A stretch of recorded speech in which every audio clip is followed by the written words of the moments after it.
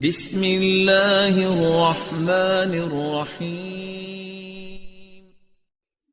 آج جس شخصیت کے بارے میں بیان کرنے جا رہا ہوں وہ شخصیت ایک تو عام ہر ایک انسان جانتا ہے، لیکن اصل جو شخصیت کو ابھارنے والی بات ہے، بنانے والی بات ہے، وہ چیز ہے ان کے افکار اور ان کے خیالات، ان کے فقہ کو 1400 سال تقریباً 1300-1200 سال تو گزر چکے ہیں، لیکن اب بھی کیا ہے، واقعتاً اس کی مقبولیت ویسے ہی ہے، لوگ ویسے ہی جانتے ہیں۔ جس شخصیت کا تعارف میں کرا رہا تھا ابھی مبہم الفاظ میں، آئیے اب میں کھل کے ان کا نام لیتا ہوں۔ وہ شخصیت کو دنیا اس نام سے جانتی ہے کہ امام ابو حنیفہ رحمہ اللہ، امام ابو حنیفہ رحمہ اللہ۔ اور ایک بہت بڑی غلط فہمی ہمارے بھائیوں کو یہ ہے کہ یہ وہابی امام کو نہیں مانتا ہے، یہ ہے کہ اہل الحدیث امام ابو حنیفہ رحمہ اللہ کی تنقیص کرتے، ان کی شان میں گستاخی کرتے۔ میں نے سوچا کہ کیوں نہیں ہم اس پہ بات کر کے ان کے نظریات کو بدل ڈالیں اور انہیں بتائیں کہ تم جتنی محبت اور امامت پہ فائز سمجھتے ہو، احترام کے لائق سمجھتے ہو، اس سے بڑھ کے ہم محبت کرتے ہیں اور وہ احترام کرتے ہیں جو تم بھی نہیں کرتے، ماننے والے بھی نہیں کرتے۔ امام ابو حنیفہ رحمہ اللہ، ان کی سیرت لے کے میں آج حاضر ہوا ہوں۔ جتنے حنفی بیٹھے ہوئے ہیں وہ ہاتھ اٹھا کے بتلائیں ان کا اصل نام کیا تھا؟ چیختے ہیں، چلاتے ہیں، میں حنفی ہوں کہتے ہیں۔ اگر ہم بتلاتے ہیں کہ یہ بات حدیث کے خلاف ہے تو کہتے ہیں کہ وہابی ہے، تو مانتا نہیں ہے، امام کے شان میں تنقیص کرتا ہے، تو شان کو گھٹاتا ہے۔ ارے بھائی، جس سے محبت ہے اس کے بارے میں تمہاری جانکاری کتنی ہے؟ جس سے محبت ہے اس کی سیرت کو تم کتنا جانتے ہو؟ کیا امام ابو حنیفہ ان کا نام تھا، یا امام ان کا نام تھا، یا حنفی ان کا نام تھا؟ ان کا اصل نام کیا تھا؟ اصل نام بھی نہیں جانتے، پھر دعویٰ کرتے ہیں کہ ہم ہی صحیح طور پر امام ابو حنیفہ کی پیروی کرنے والے۔ اللہ کی قسم یاد رکھیے، دوہرا کے کہتا ہوں، اللہ کی قسم یاد رکھیے، سہبارہ کہہ رہا ہوں، اللہ کی قسم یاد رکھیے، پیروی کرنے کے لیے، اتباع کرنے کے لیے اللہ نے ساری دنیا کے لیے ایک ہی شخصیت کو بھیجا جس کا نام نامی اسم گرامی محمد الرسول اللہ صلی اللہ علیہ وسلم۔ یہ پیروی کرنے کے لیے بھیجا، اور اس پیروی اور اتباع کو یہاں تک آگے بڑھایا کہ اپنی محبت کے اوپر بھی لا کے کہا کہ قل ان کنتم تحبون اللہ فاتبعونی، اللہ سے اگر محبت کرنا چاہتے ہو تو بھی میری پیروی کرو، اتباع کرو۔ اطیعوا اللہ و اطیعوا الرسول، اللہ کی اطاعت کرو، رسول کی اطاعت کرو۔ اطیعوا اللہ و اطیعوا الرسول، وہی اطیع، واو کے صیغے کے ساتھ، واو کے عطف کے ساتھ، اللہ کی بھی اطاعت کرو، رسول کی بھی اطاعت کرو۔ لیکن پھر آگے بڑھائے تو مرتبہ کہا کہ اطیعوا اللہ والرسول، اللہ کی اطاعت اور رسول کی اطاعت ہی نکال دیا۔ جیسی اطاعت اللہ کی ہو ویسی ہی رسول کی ہو۔ پہلے صیغے میں فرمایا اطیعوا اللہ واطیعوا الرسول، دوسرے مرتبہ قرآن میں فرمایا تو کیسے فرمایا؟ اطیعوا اللہ والرسول، اطیع نکال دیا، جیسے اطاعت اللہ کی ویسے ہی رسول کی۔ پھر آگے بڑھایا تو بڑھایا، اتنا بڑھایا کہ من یطع الرسول فقد اطاع اللہ، جو اللہ کی نہیں رسول کی اطاعت کرتا ہے وہ حقیقت میں اللہ کی اطاعت کرتا ہے۔ اپنی اطاعت سے مقدم رسول کی اطاعت لا کے بتلا، من یطع الرسول فقد اطاع اللہ، جو رسول کی اطاعت و اتباع کرتا ہے وہ دراصل اللہ کی اتباع کرتا ہے، اللہ کی پیروی، اللہ کے حکم کے مطابق چلتا ہے۔ تو یاد رکھ لیجئے، اصل پیروی، اطاعت، یہ اللہ تبارک و تعالی نے رسالت محمدی کی، رسول انہی بنا کے بھیجا۔ پھر اس کے بعد اس امت میں علماء بھیجے، اس امت میں امام بھیجے،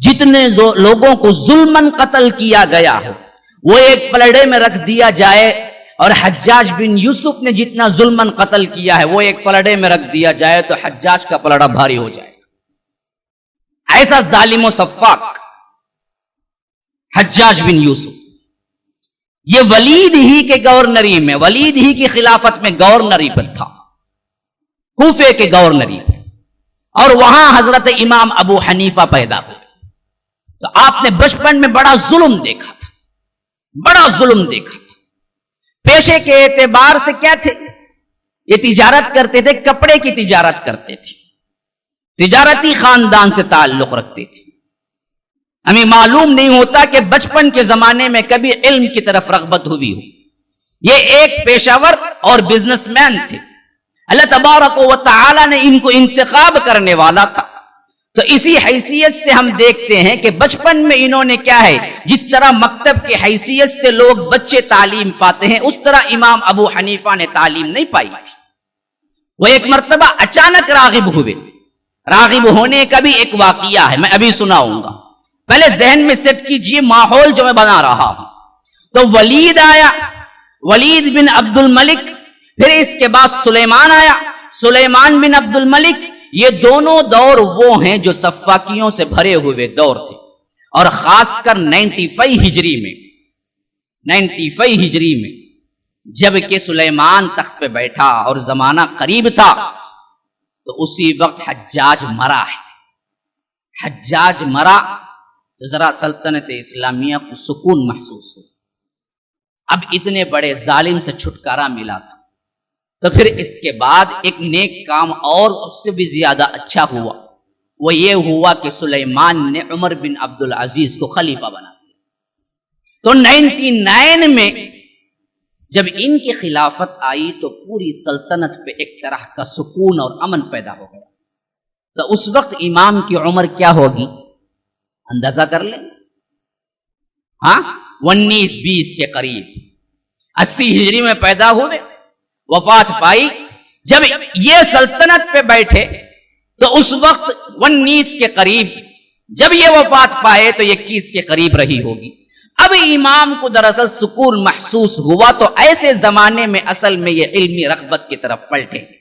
ایک مرتبہ واقعہ ہے کہ حضرت امام ابو حنیفہ رحمہ اللہ راستے میں جا رہے تھے تو امام شعبی نے دیکھا. امام شعبی نے بلا کے پوچھا، بیٹا کہاں جا رہے ہو؟ انہوں نے فلاں تاجر کا نام لیا اور کہا کہ میں وہاں جا رہا ہوں. امام شعبی نے کہا کہ بیٹا میرا پوچھنے کا مطلب یہ نہیں تھا، میں یہ پوچھ رہا ہوں کہ تم کس کے پاس پڑھ رہے ہو. جیسا کہ ہم بھی پوچھتے ہیں کیا کر رہے ہو، بچے کو پوچھیں گے تو وہ اگر کسی کمپنی کا کام لے گا، نام لے گا تو ہم کہیں گے بیٹا یہ نہیں تم کس کلاس میں پڑھ رہے تھے، یہ پوچھ رہا ہوں. کوئی بچہ نہیں پڑھ رہا ہے تو وہی جواب دے گا نا فلاں کمپنی میں کام کر رہا ہوں. تو ہم کہیں گے نہیں بھائی اسکول میں پڑھے نہیں، کیوں نہیں گئے اسکول. ایسا ہی کوئی معاملہ تھا کہ شعبی نے پوچھا کہ تم کہاں جا رہے ہو. مسئلہ یہ تھا کہ کس استاد کے پاس جا رہے ہو. تو انہوں نے کسی اور تاجر کا نام لیا تو شعبی نے کہا کہ میرا یہ مسئلہ نہیں تھا، میں یہ پوچھ رہا ہوں کہ تم کس استاد سے پڑھ رہے ہو. حضرت امام ابو حنیفہ نے جواب دیا کہ نہیں میں کسی استاد کے پاس نہیں پڑھ رہا ہوں، میں تو تجارت کر رہا ہوں.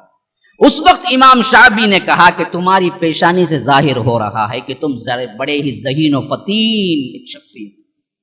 تم اگر علم کی طرف راغب ہوگے تو اللہ تبارک و تعالی تمہیں بڑا آدمی بنائے. یہ ایک مضمون تھا جو امام شعبی نے ان کے ذہن میں ڈالا. تو پھر اس کے بعد وہ مکمل طور پر علم کی طرف راغب ہو گئے. بزنس کو بہت سائیڈ میں کیا اور اس کے بعد حدیث اور فقہ کے علم کے لیے انہوں نے جگہ جگہ کا سفر بھی کیا. اس حیثیت سے سب سے پہلا درس جہاں سے لیا کوفے سے لیا. وہاں پر اس وقت سب سے بڑے فقہ کی حیثیت سے امام جو تھے وہ امام حماد تھے. حماد کے پاس سب سے پہلے شاگردگی اختیار کی. تو امام حماد رحمہ اللہ نے فقہ پڑھانے کے ساتھ ساتھ ان کو حدیثیں بھی پڑھائی. پھر اس کے بعد جب مکے کا سفر کیا تو وہاں پر پہنچے تو وہاں عطا ابن رباح کے پاس جا کے باقاعدہ سند بھی لی. وہاں پر بہت بڑے اس وقت کے امام تھے مکے کے.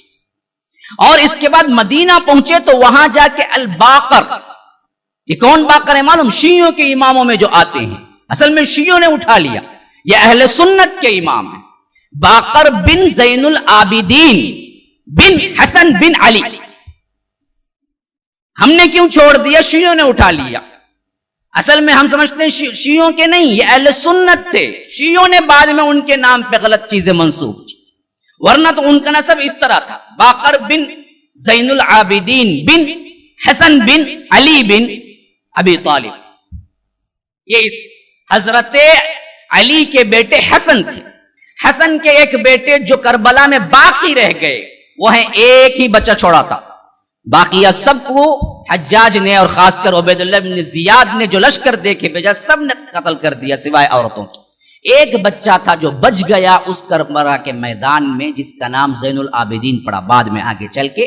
یہ زین العابدین کی اولاد سے نسل چلی، سید کی نسل. آج جو بھی کہتا ہے نا، یا تو حضرت حسین کی نسل سے آنا یا تو حضرت حسن کی نسل سے آنا، کیونکہ اللہ کے رسول کو تو کوئی بیٹا نہیں تھا. اللہ کے رسول کو بیٹیاں ہوئی اور بیٹیوں میں 3 بیٹیوں کی نسل نہیں چل سکی. حضرت زینب کی بھی نسل نہیں چلی، حضرت رقیہ کی بھی نسل نہیں چل سکی، حضرت ام کلثوم کی بھی نسل نہیں چل سکی. ایک کی نسل چلی، وہ حضرت فاطمہ الزہرا ہے. اور ان سے جو بیٹے ہوئے ان بیٹوں سے نسل چلی حسنین کریمین سے. تو آج جتنے بھی سید ہیں انہی سے ہیں بس.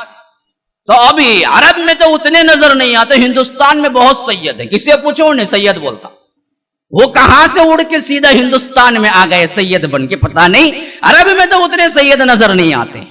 ہر کوئی سید بھی بولتا، بعد میں پوچھتا مولوی صاحب سید کو زکات نہیں لینا گدنا، میں غریب ہوں نہ لینا. تو پہلے حصل سید ہے کہ نہیں، جا کو دیکھنا بات تیرے شجرے میں. تیرے پاس اگر سند ہے تو تب تجھ پر زکات حرام ہوتی، اگر نہیں ہے خالی خولی سید ہیں. ایک زمانہ ایک ہمارے ابا جی رحمہ اللہ بیان کیا کرتے تھے کہ یہاں کے جو آرکاٹ نواب ہیں ان کے جو خاندانی لوگ تھے، تو جب وہ وہاں پر سے یہ گزرتا تھا، تعزیہ گزرتا تھا، تو انہوں نے ایک مرتبہ شرط لگائی کہ دیکھو گزرتے وقت میں اشرفیاں پھینکوں گا اور جو چننے میں لگ جائے تعزیہ چھوڑ کے پھر میری گلی پر سے نہ گزرنا. ویسے انہوں نے اشرفیاں اوپر سے پھینکی تو رافضی لوگ کیا کیے کہ سب تعزیہ وغیرہ چھوڑا، اشرفیاں چننے میں لگ گئے. تو انہوں نے کہا کہ بدبخت لوگوں، دنیا کے لیے تعزیہ مارتے ہو، اس کے بعد سے میرے گلی کے اوپر سے نہیں گزرنا ہے. تو ایسے ہی روایتوں میں آتا ہے کہ جب مرے تھے ان کے خاندانوں میں سے کوئی ایک نواب، انہوں نے کہا تھا کہ میرے جنازے کو صرف وہی لوگ خاندہ دینا، ہاتھ سے اٹھانا جو لوگ سید ہیں، اور ان کے لیے الگ سے میں اشرفیاں تقسیم کرنے کا حکم دوں گا. تو اس زمانے میں ہندوستان کے بہت سے لوگ خاندہ دینے آ گئے سید بننے کے لیے. ایک اشرفی بھی ملتی تھی، ساتھ ساتھ سید کا نام بھی ملتا تھا. اس وجہ سے اس زمانے میں جو سید ہو گئے وہ بعد میں آگے چل کے سید ہی سے چلنے لگے خاندان، ورنہ اصل سید تو بہت کم ہے. یہ باتیں بہت کیا ہیں، پرانے لوگوں سے آپ کو تصدیق ہو جائے گی. ابا جی میرے رحمہ اللہ یہ زیادہ ہم سے باتیں کرتے تھے، بتاتے تھے اس طرح کے واقعات. یہ کیوں اتنے سید ہندوستان میں آ کے بس ہیں، خاص کر چنئی میں زیادہ سید ہیں. وہ نواب کو خاندہ دینے جو پہنچے تھے نا، وہ زیادہ لوگ ہیں شاید. وہ کیا کرتے ہیں، یہاں سید کے نام سے نام لگا لیتے ہیں. ہاں نام بطور عزت کے لگا لیتے ہیں، کوئی مسئلہ نہیں ہے، لیکن اصل سید کے جو احکامات ہیں وہ عائد نہیں ہوں گے. وہ وہی سید شمار ہوگا جو باقاعدہ اپنے لیے شجرہ رکھتا ہو. تو یہ 2 ہیں حسنین کریمین جن سے یہ چلا ہے. اور حضرت زین العابدین جو ہیں وہ بہت مشہور ہوئے، بہت مشہور ہوئے. خاندان نبوت کے چشم و چراغ تھے. ان کے بیٹے باقر ہیں جو نہ شیعی تھے نہ غلط عقائد کے تھے، یہ اہل السنہ کے تھے. اور ان سے بہت مدد ملی مدینے کے اندر، اور انہوں نے علم کو بڑا پھیلایا. ان سے بھی مدینہ جب پہنچے تو امام ابو حنیفہ رحمہ اللہ نے شاگردگی اختیار کی. تو عجیب مسئلہ ہے، اس وقت تک امام صاحب کی شہرت بہت زیادہ پہنچ چکی تھی، اور اس بات میں بھی پہنچ چکی تھی کہ امام صاحب کیا ہیں، زیادہ اپنی عقل سے کام لیتے ہیں دین میں.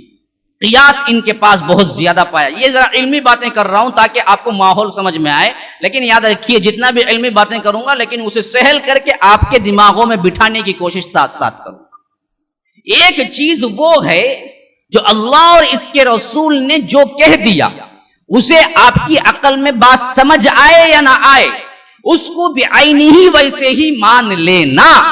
یہ دراصل اہل الحدیث کا مسلک رہا اس زمانے میں. اس کے علاوہ ایک دوسرا فرقہ ابھرا جو اہل الرائے کہلایا. انہوں نے کیا کیا کہ جو قرآن اور حدیث ان تک پہنچی وہ بعد میں اپنے عقل سے بھی سوچتے تھے. اگر عقل کہتی تھی کہ یہ چیز غلط ہے تو قرآن اور حدیث کی ثابت شدہ چیز کو ٹھکرا دیتے تھے. یہ اس زمانے سے ہی آ رہا. اسی سے فرقے بنے. جہمیہ بنے, معتزلہ بنے, جبریہ بنے, قدریہ بنے. یہ تمام گمراہ فرقے تھے جنہوں نے کیا ہے کتاب و سنت کو اپنی عقل سے پرکھا اور عقل سے پرکھ کے بیچ کی راہیں نکالی جو قرآن و سنت سے ثابت نہیں. اور آج بھی بشکل نام بدل گیا لیکن بشکل وہی لوگ کام کر رہے ہیں. بہت سے ایسے افراد ٹیملینز کے اندر بہت سے فرقے ہیں جنہوں نے کتاب و سنت اور سلف کو چھوڑا, اپنی عقل کو زیادہ اہمیت دینے لگے. بعض کسی اور کے پیروں ہیں, بعض کسی اور کے. میں نام نہیں لیتا, اشارے آپ تک پہنچا رہا ہوں, ذہین سماعتوں سے خطاب کر رہا ہوں. مجھے امید ہے کہ جہاں تک میں پہنچا رہا ہوں آپ وہاں تک پہنچ جائیں گے. جو لوگ اب بھی کتاب و سنت کو عقل لڑا کے سمجھتے ہیں اور کہتے ہیں کہ عقل میں بات نہیں آ رہی, یہی زکوٰۃ کا مسئلہ اٹھا لیجئے. ہمارا ایک گروہ ہے جو امام مانتا ہے, امام ابو حنیفہ سے بھی بڑا امام مانتا ہے ان کو. ان کا کہنا کیا ہے جی, یہ تم مال میں ایک مرتبہ زکوٰۃ دے دیتے ہو, مال پاک ہو جاتا ہے, تو پھر بار بار کیوں دیتے ہو؟ ایک مرتبہ پاک کیا ہو گیا, مسئلہ ختم کرو نا. عقل تو یہی کہتی ہے نا. یہ بار بار پھر ہر سال دینے کی بات کیا ہے؟ میں ان سے پوچھتا ہوں, ایک مرتبہ بھوک لگی کھا لیے, پھر دن میں 2 مرتبہ کھاتے کیوں ہو؟ تمہارے پیٹ میں بھوک لگتی ہے, کھاتے ہی نہیں, بس کافی ہو گیا. یا ایک مرتبہ دھو لیا, کپڑا پہن لیا, پھر اس کے بعد دھوتے کیوں ہو؟ وہی کپڑا پہنتے رہو. بھائی جیسے استعمال کرو گے ویسا میلا ہوگا نا, ویسے ہی مال بھی جب رکھو گے تو میلا ہوگا. وہ پھر پاک کرنا ہے اس کو, ہر سال پاک کرنا ہے اس کو. سب سے اہم چیز تو وہی حول کا گزرنا سب نے لکھا ہے متفقہ. یہ نئی چیز ہے جو عقل سے ڈالی جا رہی ہے, اور بعض لوگ ان کو اتنا مانتے ہیں کہ وہی ڈائریکٹ کانٹیکٹ ہے ان کا, اور کہتے یہ ہیں کہ کیا ہے, یہ کچھ بھی نہیں ہے, قرآن و حدیث ہی بولتے ہیں, نعرہ قرآن و حدیث کا ہے. لیکن مانتے ایسے ہیں جیسے یہ جو مقلدین مانتے ہیں اس سے بھی زیادہ آگے بڑھ کے مانتے ہیں. وہ جو کہہ دیا بس مسئلہ ختم, اس کے علاوہ کوئی اور چیز نہیں. تو یہ غلط طریقہ ہے عقل سے سوچنا. ایسے ہی ایک زمانہ وہ بھی تھا جہاں پر یہ لوگ فرقے وجود میں آئے, جہمیہ, قدریہ, معتزلہ. اب ان سب کے بھی اصول ذہن کے تھے. انہوں نے کہا کہ اچھا ہم قدر کو مان لیں گے, تقدیر کو مان لیں گے, تو اس کا مطلب یہ ہوا کہ اللہ ظالم ہے, کیونکہ اللہ نے جو لکھا وہی کرتا ہے بندہ. زنا کیا لکھو تھا تب کیا, لکھا نہیں تو کر نہیں سکتا. جب انہیں لکھا بول کے کیا, اب سزا کا ہی دو. تب عقل سے ٹکرا بولے نہیں, اللہ کو ہی معلوم نہیں رہتا, ارے بادش معلوم ہوتا, اس کے بعد ہی لکھتا انہیں. بات اچھی اتنا لگتی ہے, عقل یہ اتنا بولتی. انصاف کا تقاضا کیا ہونا, معلوم نہیں ہونا, کرے بعد اگر سزا دیتا ہے. اللہ کو معلوم بھی ہے, اللہ لکھنے کی وجہ سے ہی گناہ کیا ہے, پھر ہمارا عقیدہ ہے کہ اس پر کیا ہے, ہمیں کیا ہے, سزا ملے گی. تو قدریہ نے کہا کہ نہیں بھائی ایسا نہیں ہو سکتا, اللہ کو کیا بھی معلوم نہیں. اللہ کو کب معلوم ہوتا تو انہیں کرتے ہی معلوم ہوتا. انہیں کرا نہ رہے بول کو تب بھی لکھتا اللہ, اس کے بعد ساتھ تب بھی اللہ کا ہے منصف ہوگا. اس کے مقابلے میں دوسرے ہے جبری, انہوں بولے سب معلوم نہیں جی, ہم نگائی کو جی مخمسا ہو سبھی, اللہ لکھا ہمیں کرے, اس کے سے گناہ سب کیا بھی نہیں, کیا ہونا کرو, سیدھے جنت میں جائیں گے. اللہ لکھا بول نہ کرے, چپ کے یہ کرنا نہیں وہ کرنا نہیں, سوب کرو, کیا کیا ہونا اللہ بھیج ڈالیں گے. ہمیں خالی ایک مشین ہی ہے, اس کے علاوہ ہمارا کام کیا بھی نہیں. مشین کو جیسا سیٹ اپ کرتے ہی اپنا کام کرتے, یہ بول کو وہ گمراہی میں گئے. تو ایسے بہت سے لوگوں نے کیا کیا, اپنے عقل لڑائی. ایسے دور میں امام ابو حنیفہ رحمہ اللہ پیدا ہوئے تھے, تو ان کے بارے میں بھی بعض لوگوں نے یوں مشہور کر دیا تھا کہ یہ بھی دراصل کیا ہے, عقل کو فوقیت دیتے ہیں. تو جب امام باقر سے مدینے میں ملے تو باقر نے جیسے ہی پوچھا کہ اچھا تم وہی ابو حنیفہ ہو جو ہمارے دادا کی حدیثوں پر عقل کو ترجیح دیتے ہو. اب دیکھیے یہ پوری باتیں جو ہے نا اپنی من سے میں سیٹ نہیں کیا, 9 بجے بیٹھ کو آ کو کیا بولوں گا, اگر ان کے اپنے لوگ جو اتھینٹک کتاب لکھے ہیں اس کے اندر یہ سب موجود ہے. ان کے اپنے لوگ. میں نے ان تصانیف کو بھی ابھی ہاتھ نہیں لگایا جو اہل الحدیث نے لکھا ہے. میں صرف ان کے اپنے لوگ جو لکھے وہ میں بیان کر رہا ہوں. آپ کو کوئی شک ہے تو آپ سیرت نعمان اٹھا کے دیکھ لیجئے شبلی کی. امام جو یہاں اس صدی کے گزرے ہیں, بڑے سیرت النبی کے مصنف ہیں, علامہ شبلی نعمانی. اٹھا کے دیکھیے, ان کی سیرت النعمان نام کی کتاب ہے, آپ لے کے پڑھیے. اتھینٹک مانی جاتی ہے. وہ بھی حنفی ہیں, وہ اہل حدیث تھوڑی ہیں, وہ بھی حنفی ہیں لکھے, لیکن یہ سب باتیں اس میں موجود. حوالہ جات کے ساتھ بیان کر رہا ہوں, آپ کسی بھی بک ڈپو میں جا کے لے لیجیے. سیرت نعمان یا سیرت امام ابو حنیفہ پہ کوئی بھی کتاب لے پڑھے, آپ کو معلوم ہوگا کس طرح آج کے علماء چکما دیتے ہیں. تو غرض کے امام باقر نے پوچھا کہ آپ وہی ابو حنیفہ ہو جو میرے دادا کی حدیثوں پر اپنے قطع و قیاس کو تم دیتے ہو فوقیت.